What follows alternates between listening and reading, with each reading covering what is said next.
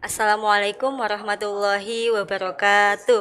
Waalaikumsalam warahmatullahi wabarakatuh. Alhamdulillahirabbil alamin wa bihi nasta'in ala umuri dunya waddin. Wassalatu wassalamu ala asyrafil anbiya'i wal mursalin ala sayyidina Muhammadin wa ala alihi wa sahbihi ajmain amma ba'du.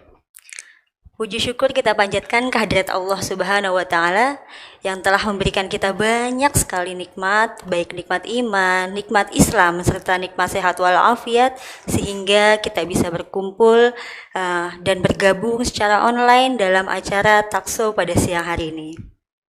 Salawat serta salam tak lupa kita sanjungkan kepada junjungan Nabi besar Muhammad SAW yang telah membawa kita dari zaman kegelapan menuju zaman digital seperti saat ini. Baik anak-anakku, apa kabarnya? Semoga semuanya dalam keadaan sehat walafiat, amin. Jangan lupa juga jika keluar rumah terapkan 3M, yaitu memakai masker, menjaga jarak, dan mencuci tangan dengan sabun selama 20 detik. Baik anak-anakku, selamat siang dan salam sejahtera untuk kita semua. Hari ini Bu Nisa akan memandu acara sesi takso pada hari ini. Nah, sesi takso pada hari ini bertema tentang cerdas bergadget bagi remaja digital. Ya, berbicara soal digital atau berbicara soal gadget atau gawai dalam bahasa Indonesia, ya, pasti semua sudah tahu apa itu gawai atau apa itu gadget.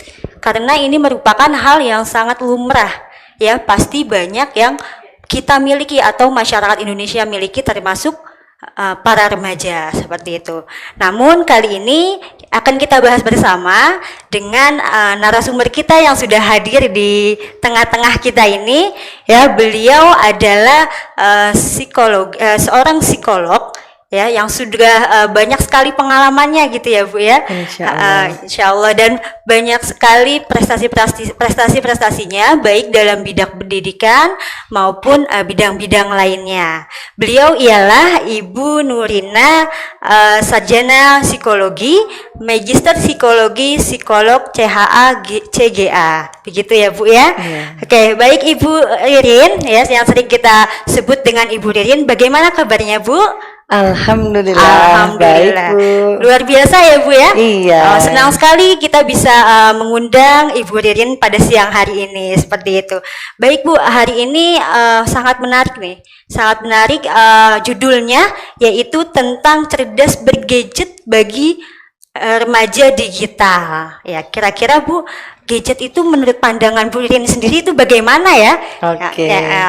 Makasih ya Bu Anissa atas kesempatan yang diberikan juga kepada seluruh pimpinan, guru, dan staf yang ada di SMPI Islam Hidayatullah. Saya mengucapkan terima kasih atas kesempatan yang diberikan kembali nih Bu, kita talk show. Mungkin sebelum menjawab pertanyaan dari Bu Anissa, saya mau nyapa anak-anak kita dulu ya Bu. Silahkan. Boleh. Anak-anak yang di rumah, Assalamualaikum warahmatullahi wabarakatuh. Waalaikumsalam warahmatullahi ya, rasanya wabarakatuh. Seneng banget bisa ketemu lagi membersamai anak-anak kelas 8 ya, yang sama kelas 8 memang kayaknya agak jarang ketemu nih Bu Anissa. Ya, yang kemarin dengan kelas 7, terus kadang dengan kelas 9. Nah, Bu Ririn merasa happy dan tentunya juga rindu ya sama kalian semua yang ada di rumah, dan tetap memberikan doa serta semangat. Meskipun dalam situasi keterbatasan, anak-anak harus tetap punya prestasi. Ya, dengan keberadaannya belajar secara jarak jauh dengan adanya pandemi COVID-19 ini, tidak boleh sama sekali melemahkan motivasi kita. Dan alhamdulillahnya Bu Ririn juga mendapat kiriman kabar baik dari sebagian anak-anak kelas 8. Ternyata banyak juga loh yang dengan adanya pembelajaran daring ini, mereka justru malah makin bisa konsen untuk belajar Bu. Betul sekali, bisa fokus. Mungkin kalau tadinya pas masuk sekolah lebih fokus kepada pertemanan ya, kadang konflik dengan teman. Ternyata sekarang malah bisa lebih enjoy untuk bisa belajar sendiri, sehingga nilai yang mesti diambil anak-anak, ternyata pandemi ini nggak boleh menjadi alasan kita untuk bermalas-malasan. Betul sekali.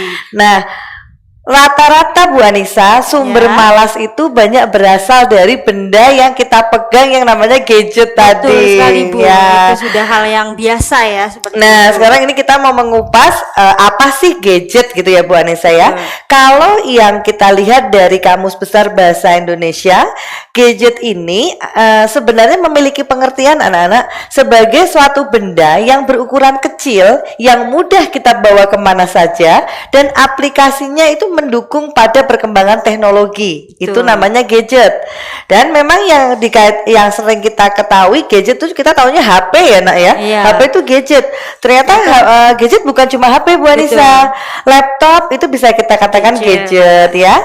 iPad atau tablet yang kita punya itu gadget, dan kamera itu juga bisa kita masukkan dalam kategori gadget. Nah, sehingga sebenarnya barang-barang ini diciptakan ya untuk membantu kita anak-anak mengikuti perkembangan zaman, mengakses informasi, menyalurkan hobi atau bakat kita. Ya, tentunya kalau kamera berarti bakat fotografi. Betul. Gitu ya. Tetapi di sana juga ada fungsi hiburan Bu, memang. Jadi kalau anak-anak ini kemudian main game ya yang ada di gadget ini, itu bukan berarti sesuatu yang salah, tidak Bu Anissa, karena memang itu adalah ada fungsi hiburan. Tetapi yang perlu diingat, fungsi gadget tidak hanya soal hiburan, tetapi lebih kepada bagaimana barang kecil ini membantu kita biar produktif menjadi remaja khususnya gitu. Bu Anissa. Oh, seperti itu ya Bu ya. Kira-kira kalau menurut Bu Ririn ini sendiri remaja itu kan membutuhkan gadget, betul ya, karena membutuhkan. Sejauh mana sih atau seberapa penting gadget itu bagi remaja gitu loh Bu? Ya, jelas jawabannya penting Bu. Apalagi saat ini ada PJJ ini ya, pembelajaran jarak jauh. Nah, tetapi kalau kita tanyakan seberapa penting gadget ini untuk remaja, kenapa saya katakan penting? Karena kita saat ini anak-anak berada pada zaman digital. Nah, kalau mungkin eranya orang tua, eranya Bu Ririn itu lahirnya kami bukan di zaman digital, mungkin zaman milenial gitu ya. Tetapi anak-anak kita sekarang ini dari lahir dia sudah di zaman digital. Apa sih sebenarnya zaman digital? Maksudnya zaman digital ini di mana ketika kita berada pada situasi semua aplikasi penunjang kehidupan kita cukup tekan dengan satu tombol. Nah, itu namanya digital. Kalau zaman dulu mungkin Bu Ririn seusia anak-anak, HP-nya itu masih ngetik. Jadi kalau kita mau ngetik huruf C, nak, itu pencetnya 3 kali. Butuh tenaga, ya. Nggak cuma pencet. Makanya tangan orang tua kalian, tangan kita ya, ibu guru lebih kuat-kuat gitu ya. Karena dulu merasakan ini. Tetapi yang namanya digital ini sekarang semuanya serba dengan tombol. Dulu kalau mau minum air mineral ya di dispenser harus nekan ke atas atau ke bawah tombolnya. Betul ya anak-anak ya?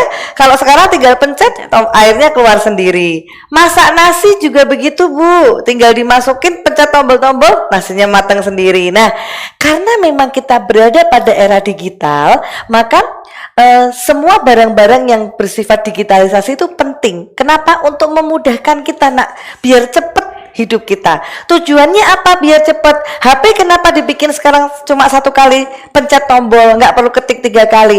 Tujuannya mempercepat akses komunikasi kita. Atau misalkan anak-anak mau browsing, ngetiknya lebih cepat karena tinggal pencet tombol. Nah, kenapa dibikin lebih cepat Bu? Karena menurut sejarah dan atau menurut penelitian perputaran waktu bumi sekarang berputarnya itu lebih cepat, sehingga memang kita juga melihat waktu itu sepertinya cepat banget ya. Dan kalau secara pandangan Islam, keberkahan waktu itu mulai dikurangi oleh Allah Subhanahu Wa Taala. Dimana kita sekarang ngerasa kok dari pagi cepat ke siang ya, siang cepat ke sore. Betul banget Ibu. Nah, sehingga gadget ini diciptakan dengan begitu mudahnya untuk mempersingkat waktu kita beraktivitas ya anak-anak, dengan tujuan kita bisa melakukan pekerjaan lain yang lebih produktif. Nah, ternyata kalau dalam 1 hari dulu cuma bisa ngerjain 2 tugas, sekarang anak-anak bisa ngerjain 5 tugas ya, karena semuanya lebih cepat. Sehingga kalau dibilang penting, pasti sangat penting Bu Anissa. Penting ya. Iya. Nah, tetapi untuk remaja, bukan untuk anak-anak. Beda. Kalau adik-adik kita yang masih SD atau masih TK, dia memang belum penting Bu Anissa untuk pegang gadget. Kenapa Bu Anissa kira-kira? Karena kalau anak SD itu kan harusnya dia tidak terlalu terpaku kepada gadget, harusnya langsung secara tatap muka seperti itu Bu. Betul, karena anak-anak yang masih kecil itu perlu didampingi. Dan juga Bu Anissa, karena ada bedanya remaja dengan anak-anak. Kalau anak-anak kita di kelas 8 ini dia sudah masuk ke dalam masa remaja awal, ya. Apa perbedaan remaja dengan anak-anak? Perbedaannya adalah pada tanggung jawab. Jadi ketika anak-anak remaja ini sudah mengalami akil balik, ya, yang ditandai dengan proses hormonal, ya, menstruasi pada perempuan, mimpi basah pada laki-laki, dengan terjadinya proses akil balik itu menjadi penanda awal remaja harus berlatih tanggung jawab. Beda dengan anak-anak. Nah, makanya judul kita adalah cerdas bergadget bagi remaja. Jadi karena remaja sudah boleh pegang gadget dengan tanggung jawab. Itu maksudnya Bu. Oke, baik, terima kasih Bu Ririn. Iya. Jadi anak-anakku semua, ya, ternyata gadget itu sangat penting bagi kehidupan kita, ya. Apalagi kehidupan remaja yang saat ini memang masa-masa pandemi ini kita membutuhkan yang namanya gadget untuk berkomunikasi dengan guru kita, ya, untuk mengerjakan tugas dan lain sebagainya. Asalkan kita selalu di jalan yang positif seperti itu ya Bu Ririn, ya. Ya, jadi penting Bu Anissa, tapi mungkin tidak sangat penting, karena juga tingkat kepentingan gadget tiap anak berbeda. Artinya begini, penting adalah untuk kita tetap bisa dapat nilai pelajaran, menyerap informasi dari guru, ya. Tetapi mungkin tidak bagi semua anak menjadi sangat penting Bu, karena ada juga loh, banyak juga loh anak-anak kita di SMP Islam Hidayatullah ini yang dia nggak terlalu terpaku sama gadgetnya. Jadi sering ngerasa pusing, ngerasa bosen, ya. Mereka mungkin lebih suka sepedaan, sepatu roda, nah lebih seperti suka itu. ke alam gitu ya Bu, Iya, betul. dibanding elektronik.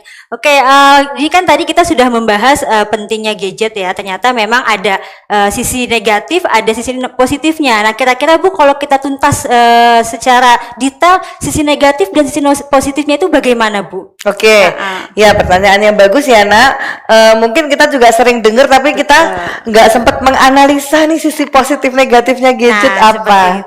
Ya, seharusnya ketika satu benda itu diciptakan dengan tujuan yang mulia, tujuan yang baik, yaitu membantu kita untuk produktif dalam kehidupan, memudahkan kita, meringankan kita, ya Nak, ya.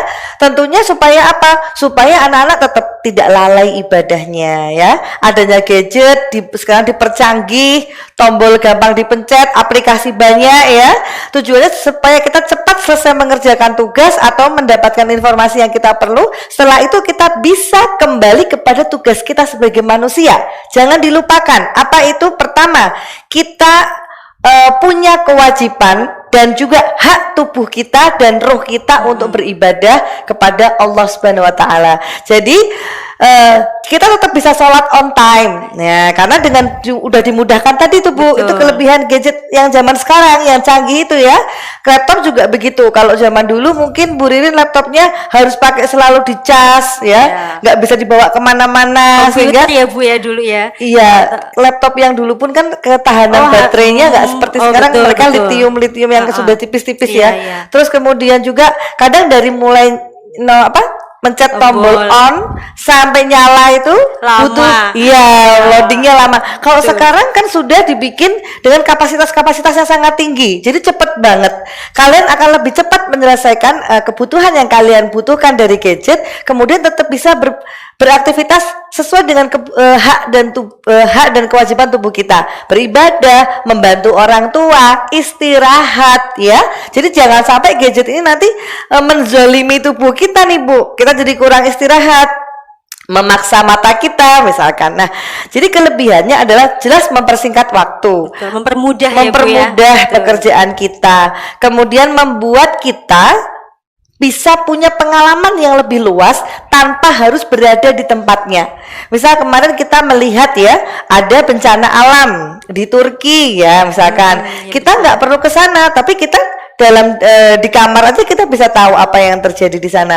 Lalu misalkan di rumah kita mau ada rencana pergi nih Bu ya. Nah, kita dari gadget tuh kita bisa ngelihat, oh area yang masih zona merahnya COVID mana aja ya. Kira-kira saya perginya harus berapa lama ya, ke daerah mana ya. Atau mungkin itu sangat membantu kita sebenarnya Bu dari gadget Ya, ini. jadi sangat instan ya Bu ya, ketika kita ingin tahu sesuatu tentang di luar sana gitu yang Iya. jauh dari mata kita. Iya betul. Seperti itu. Kemudian jelas ada fungsi hiburan di sana. Jadi sebenarnya anak-anak main game itu bukan suatu kesalahan, Bu. Hal yang wajar karena memang dari gadget ini punya fungsi, yaitu fungsi hiburan. Namun menjadi tidak wajar apabila seseorang yang menggunakan gadget ini tidak bisa mengontrol emosi dan nafsunya, sehingga pikirannya fokus terus ke gadget.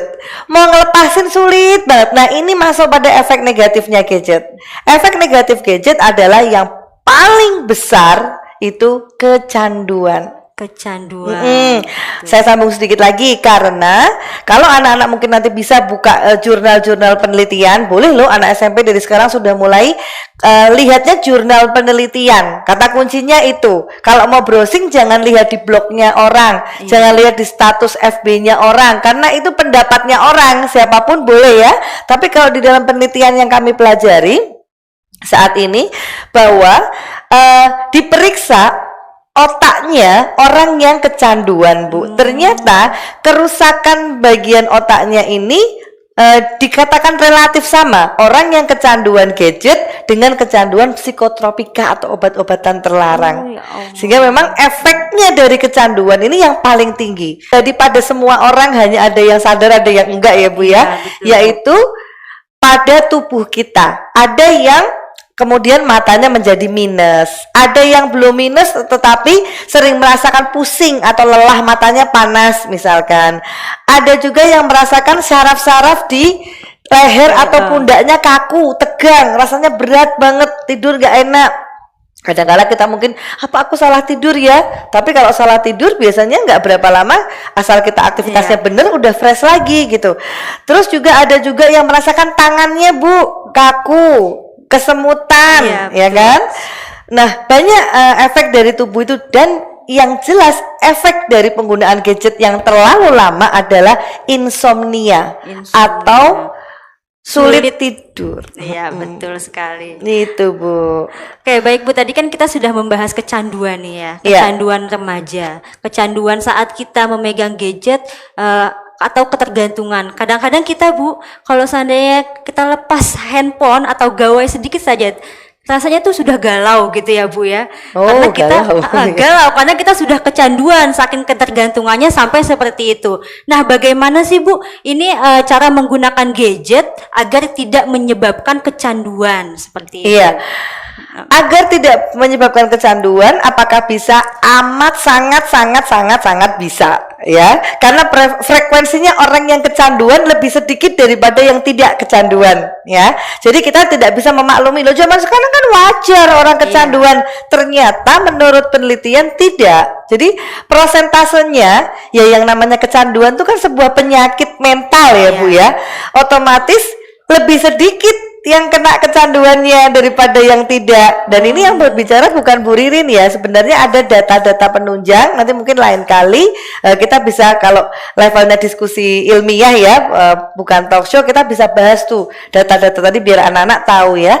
Jadi kalau dikatakan bagaimana cara menghindarinya, berarti banyak ya orang yang bisa menghindari dari kecanduan. Itu adalah ketika kuncinya adalah di pengendalian emosi Bu, atau kontrol emosinya. Jadi kita menggunakan sesuai kebutuhan. Berarti kita punya jadwal anak-anak. Misalkan nih ya, untuk pembelajaran daring saya sudah menggunakan dari jam 7 pagi untuk zikir pagi sampai jam 12 siang. Misalkan berarti saya sudah menggunakan 5 jam. Misalkan ya.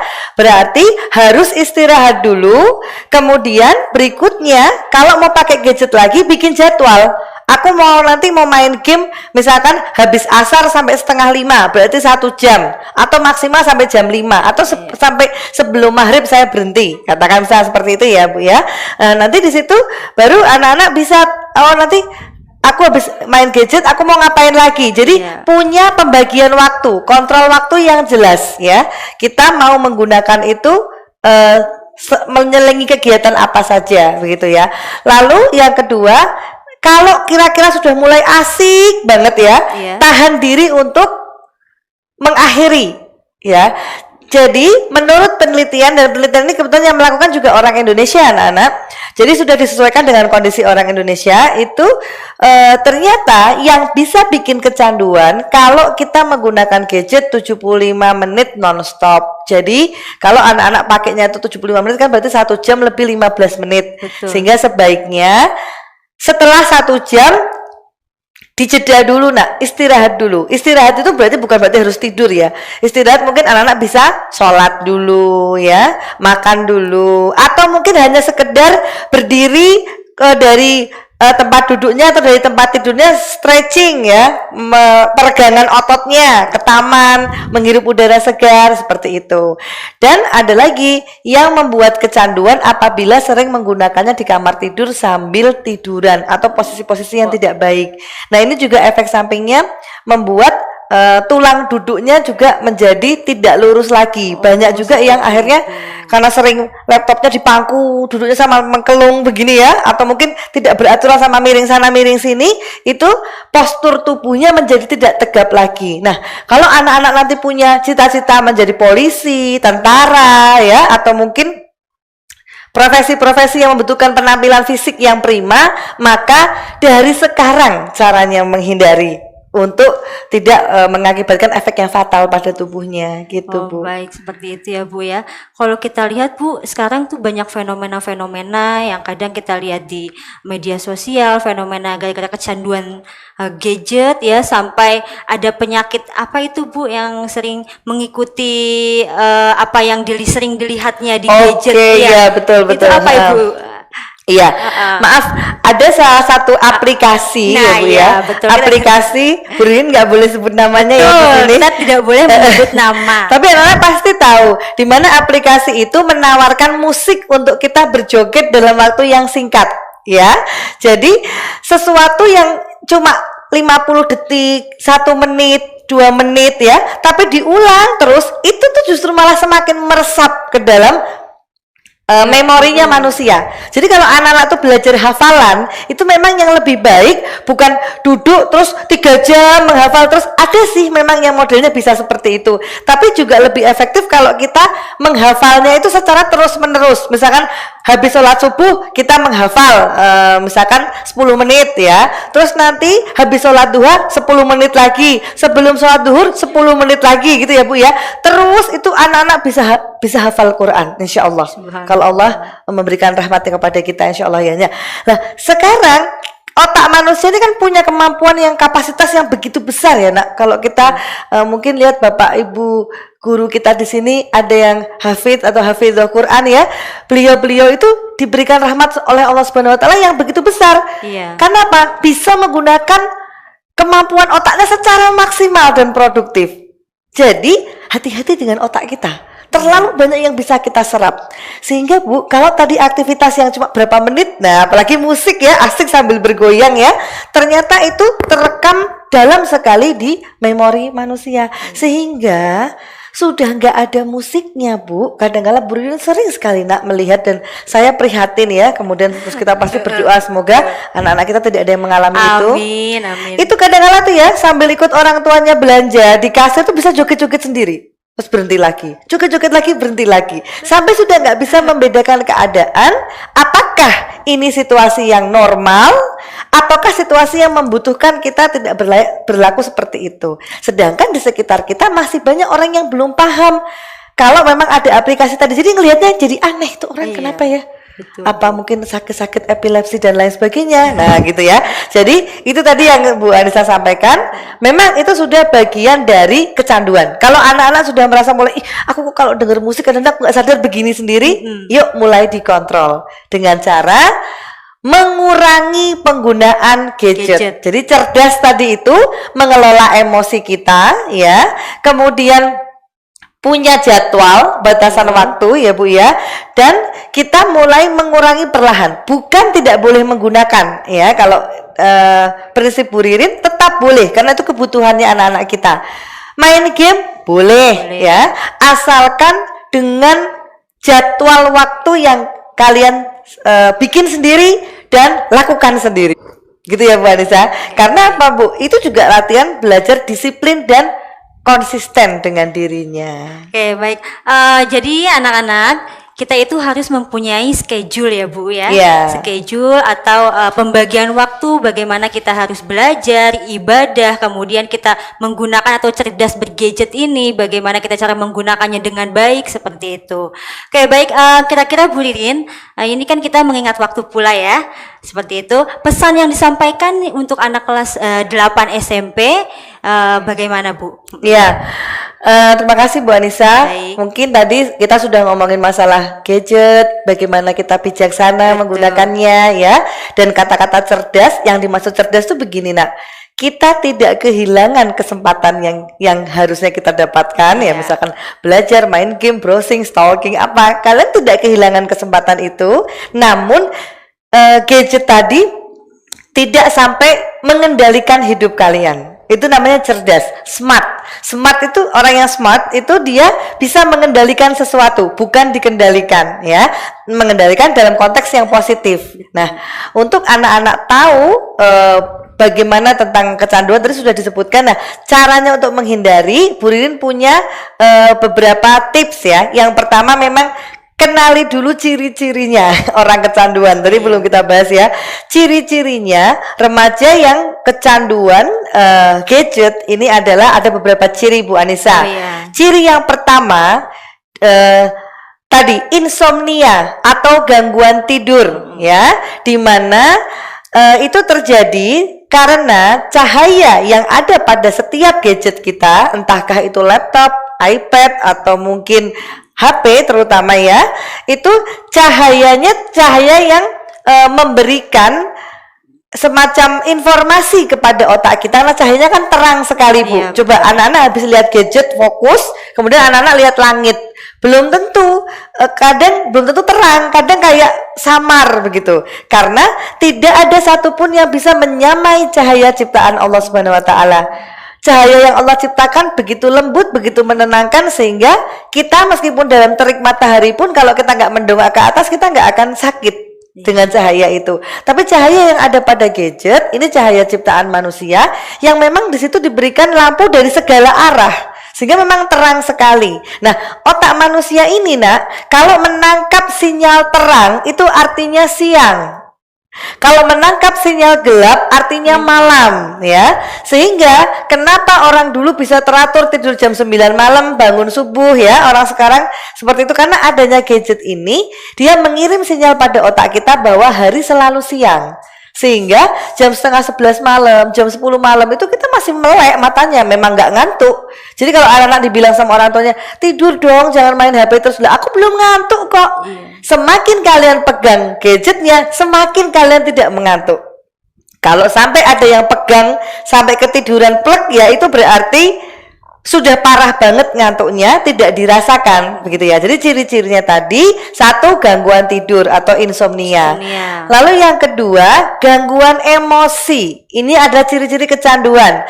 Dikatakan anak itu kecanduan dan bahkan dalam taraf tertentu butuh penanganan obat dari psikiater apabila dia marah ketika dilepaskan dari gadgetnya. Ya, jadi kalau ada yang marah, apalagi marahnya sampai tantrum ya, melempar, guling-guling, memukul, mengeluarkan kata-kata cacian, makian yang kasar dan kotor ya, itu sudah bukti nyata kecanduan dan harus segera mendapatkan penanganan. Yuk, jadi dokter untuk dirinya sendiri ya. Sebelum diobatin oleh orang lain, kita obati dulu diri kita sendiri. Dan yang terakhir, tanda-tanda kecanduan secara umum adalah hilangnya gangguan penyesuaian sosial. Tadi, jadi dia nggak ngerti punya tugas kalau pagi harus sekolah, harus zikir pagi, diabaikan. Ya udah tapi aku ngantuk, aku capek gitu. Padahal karena malamnya dia bermain gadget, itu gangguan ini, penyesuaian sosialnya, jadi dia sebagai manusia yang punya tugas-tugas sebagai pelajar, sebagai anak, jadi hilang semua, tidak produktif.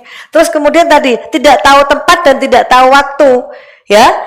nyetir sama pakai gadget. Kalau anak-anak SMP mungkin belum nyetir ya, kalau orang-orang dewasa seperti itu. Terus kemudian jalan dengan menggunakan tetap lihat HP, buka kulkas ambil air sama pegang HP, tidur pun sama pegang HP. Ini sudah bukti nyata Anda kecanduan. Sehingga tolong sebelum mendapatkan pengaruh dari obat-obatan yang nantinya tentu pasti membuat kita tidak nyaman, sebisa mungkin jadilah dokter untuk diri kita sendiri dan untuk orang lain di sekitar kita, gitu Bu. Oke. Jadi anak-anakku semua ya, untuk masalah gadget, bijaklah kalian dalam menggunakan gadget gitu ya Bu ya. Betul sekali. Baik, kira-kira ini masuk kasih pertanyaan atau gimana? Boleh? Ada pertanyaan? Boleh, kira-kira untuk kelas 8 jika ada pertanyaan silahkan diajukan. Oh, raise hand. Anak-anak diminta raise hand. Oh, minta ini angkat tangan ya, raise hand. Pakai itu diklik di raise hand tuh ya, Nak ya. Betul, ya. Bu Ririn sangat berharap ada anak-anak yang mau mungkin menanyakan sesuatu atau komentar sesuatu dari yang kami berdua sudah sampaikan tadi, atau mungkin punya permasalahan serupa dengan yang Bu Ririn sampaikan, baik diri sendiri maupun orang lain di sekitarnya. Betul. Boleh kok didiskusikan ya. Ayo, masih kami tunggu. Silakan apabila ada unek-unek yang ingin dikeluarkan atau keluhan-keluhan apa saja, silahkan ditanya dengan kami.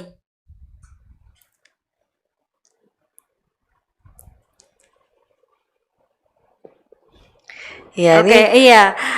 Kita sambil menunggu ya Bu ya. Iya, sudah ada belum? Belum ya? Sebelum ada. Ya sudah, kalau tidak ada Bu, kira-kira pesan-pesan sudah disampaikan ya. Jadi untuk anak-anak, bijaklah dalam menggunakan handphone ataupun gawai maupun gadget. Karena tadi gadget tadi banyak sekali macamnya ya, tidak hanya handphone. Karena yang kita ketahui selama ini gadget itu adalah hanya handphone. Seperti ternyata ada iPad, ada laptop, kamera dan lain sebagainya. Seperti itu. Baik Bu Ririn, kira-kira ada yang disampaikan kembali? Iya. Iya. Oke. Ya, mungkin sebagai penutup ya anak-anak, insya Allah semoga kita diberikan Allah kesempatan untuk bertemu kembali dengan topik yang berbeda. Sebagai penutup intinya begini, kalian sudah berada di fase remaja. Fase remaja ini merupakan peralihan dari fase anak-anak menjadi dewasa, sehingga dalam fase remaja ini anak-anak yang pembedanya dengan yang masih kekanak-kanaan yaitu adalah pada kedewasaan. Oke, manfaatkan teknologi yang ada dalam genggaman kalian ya, yang difasilitasi oleh orang tua kalian, manfaatkanlah dengan sebaik-baiknya dan menghindarlah dari segala macam penyakit yang bisa ditimbulkan oleh gadget tadi. Harapan Bu Ririn, anak-anak tetap bisa memahami bahwa di sini tugas terbesar kita adalah sebagai anak yaitu bertanggung jawab dan berbakti kepada kedua orang tua kita, kepada guru-guru kita, begitu ya. Sehingga jangan sampai barang yang sudah diberikan oleh orang tua kalian dengan susah payah ya, sebagai bentuk cinta kasihnya kepada anak-anaknya, jangan sampai itu justru menjadi barang yang akan menjadi pemisah diri kalian dengan orang tua, yang menjadi pemberat atau penyakit bagi hati kedua orang tua kalian, dan tentunya menjadi pemberat timbangan amal keburukan bagi kedua orang tua. Nauzubillahi min zalik ya. Gunakan gadget sebagai bentuk tanggung jawab kita membuat orang tua kita bahagia ya, senyum pada bibir orang tua kita, dan tentunya meningkatkan derajat kedua orang tua kita kelak di yaumul akhir, di surganya Allah Subhanahu wa taala kelak. Amin ya rabbal alamin. Terima kasih Bu Ririn telah menyempatkan waktunya. Baik anak-anakku, sekiranya cukup sekian pembelajaran atau diskusi kita hari ini. Semoga bermanfaat. Kita tutup dengan pembacaan hamdalah bersama-sama dan doa kafaratul majlis. Alhamdulillahirabbil alamin. Subhanakallahumma wa bihamdik asyhadu an la ilaha illa anta astaghfiruka wa atubu ilaik. Bu Nisa undur diri. Terima kasih. Wassalamualaikum warahmatullahi wabarakatuh.